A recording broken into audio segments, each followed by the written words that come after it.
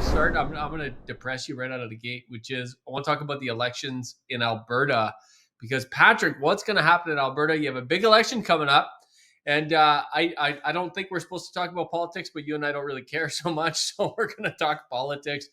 What's going to happen? Make a prediction right here, right now. Tell us your prediction. Tell us what you hope's going to happen, and then tell us what you hope's not going to happen. Well, I guess at the end of the day, if I had a prediction, it's going to be Danielle Smith. And I think that's the right thing to do. And that's the polls. That's my prediction. But I have some real anxiety around it. I'm anxious about what Albertans are going to do. My concerns is they're going to bring Rachel Notley back into the province as our provincial leader. And Rachel Notley has a very poor track record. She's been there before. She crushed the economy in that province. She's crushing the oil industry. She has a whole agenda that she's not speaking to. And so if we vote back NDP, I'm out. I can't be in that province. We're selling it all. Alberta's on sale. Alberta's on sale.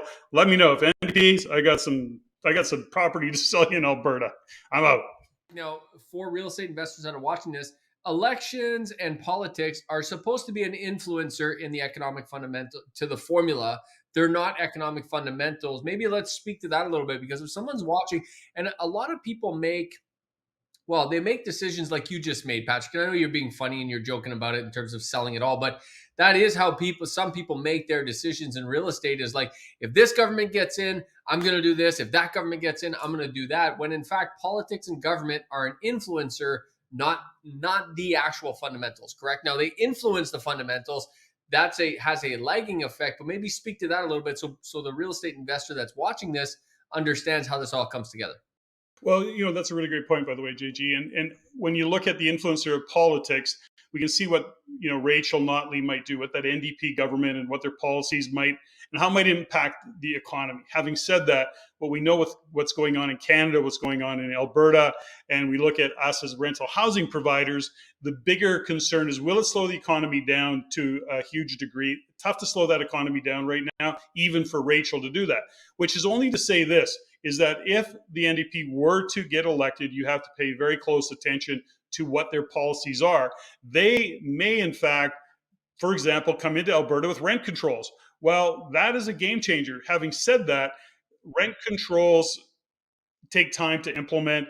They're not going to happen quickly. And at that point, you may, in fact, make a decision to go, I'm going to change the style of property. I'm going to change my investing strategy. I may not be into a buy and hold scenario. I may then say I'm going to invest in REITs, for example, or limited partnerships where you got a bigger scale of things where you're not in the minutia of having to manage that property. So there's different ways to approach it, but that would be one example of a policy that would affect us as rental housing providers that we would be really kind of aware of, especially in Alberta, seeing what's going on in Ontario and British Columbia, given the challenges that Ontario faces with their LTB. Now, so landlord tenant board, for those who don't know what LTB stands for, and what Patrick's referring to is Alberta doesn't have rent controls. Ontario and BC do have rent controls. We can get into a debate on that another time, Patrick, but I want to just, and I don't want to put you on the spot here, but I think it's important because you made a note about Rachel Notley maybe she can't even slow down the Alberta economy, because it's going quite well over there. What decisions do you recall? Do you have any recollection of what decisions and what kind of policies were put in place last time she was in that may have affected? Because like you said, there is a lagging effect to these things, and maybe some of the decisions she made before have held things back. Any thoughts on that? Well, of course, she comes in.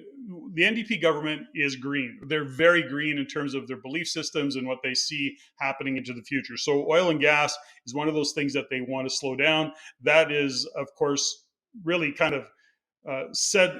There's a lot of conversation around that in terms of even what Jagmeet Singh, her boss, kind of talks about, the NDP leader overall. So they talk about the environment, they talk about greening. Oil and gas isn't on that list of things to do. When we look at the labor standards that they want to implement, we know that historically they're very union-based and union-focused, which is not to say that that's a bad thing, but it also impacts the costs of doing business, and unions have a tendency to slow things down. Now, I don't want to make any of that wrong, but when you're into a province where that isn't the norm and you start implementing that, it does bring things and slows things down dramatically. I can't specifically nail policies, but there's tax implications that they put in place that have an effect on us. For example, you look at what's happening with the carbon tax, where Danielle Smith will actually push back against that. And I just happen to be one of those individuals that don't believe in the carbon tax. But that will, and then, for example, she's not adding that at the gas pumps right now. So she's giving Albertans a break, if you will, in terms of the 14 cents a liter, somewhere in there, of that tax, whereas Rachel Notley would in fact continue to put it in place. So these are all lots of subtle things that are going on in the background. They're not that subtle, actually, but that will actually have a bigger impact on the economy. Hey, question. This is a total aside, but it's valuable because the carbon tax, they say, the federal government, the carbon tax, and by the way, all the other taxes on fuel, which makes up a huge part of what, is the price we pay at the pump, is like, I forget how much, Patrick, how much is it? Like 60-70% of what we pay at the pump is taxes, right? Roughly. There's some number. I'd have to ask ChatGPT what the actual number is. He or she, I think I'm going to call ChatGPT a she, by the way. It just feels like a she to me. Anyways, because it's just smarter than me, therefore it must be a she. Okay, I digress. Point is this, what do you think the government's going to do, dude, when, we start moving more and more and more towards electric vehicles? And this isn't my electrification rant, where, but we know that we're going to have more and more electrification on the road. And as a result, there's going to be less and less government revenue on the carbon tax and all the other taxes that are part of fuel, because electric vehicles are so much more efficient, don't use nearly as much fuel. What do you think the government's going to do, and how are they going to replace that revenue? It's an aside. It's not even on my sticky note bonus round. What are your thoughts on this? How do you think they're going to do it? I'm going to look at Alberta as just as a province. So government aside, in a bigger picture, talking about Alberta, first and foremost, they still got the cheapest gas in town right now, or in the country, or one of the least expensive. I'm paying $1.75, $1.85 a liter here in British Columbia. I think you said you're about $1.40 in $1.43 in Ontario, right? So you go to Alberta. I don't know. Last time I checked was like 120 or something like that. But the point is, it's always quite a lot cheaper. And then, having said that, they've taken the carbon tax off of that. Now, when one of the issues that we have is an NDP government, BC is an NDP government, so we're feeling the effects of some of their policies and how they tax. Now, that's one part of it. Back to the EV conversation, a lot of people are just talking about cars. When you look into a province like Alberta, which is huge agriculture. So I don't know about you, but there isn't going to be any time soon that they're running tractors and their trucks and plows and agriculture in terms of electric things. That speaks to food.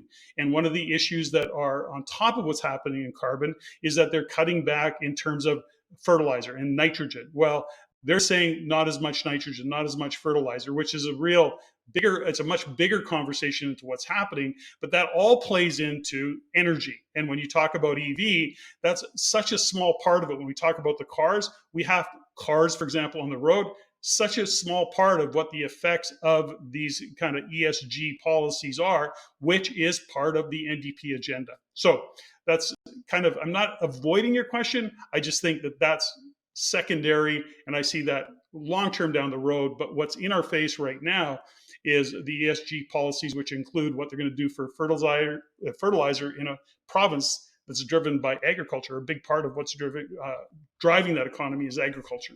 Election in Alberta covered. Topic number 1 complete. If you like what you learned here, go to the description below and subscribe for our free Insiders newsletter, where you can also stay up to date for our upcoming events and our courses. If you want to see more stuff like this, click here. If you want to see the entire show, click there.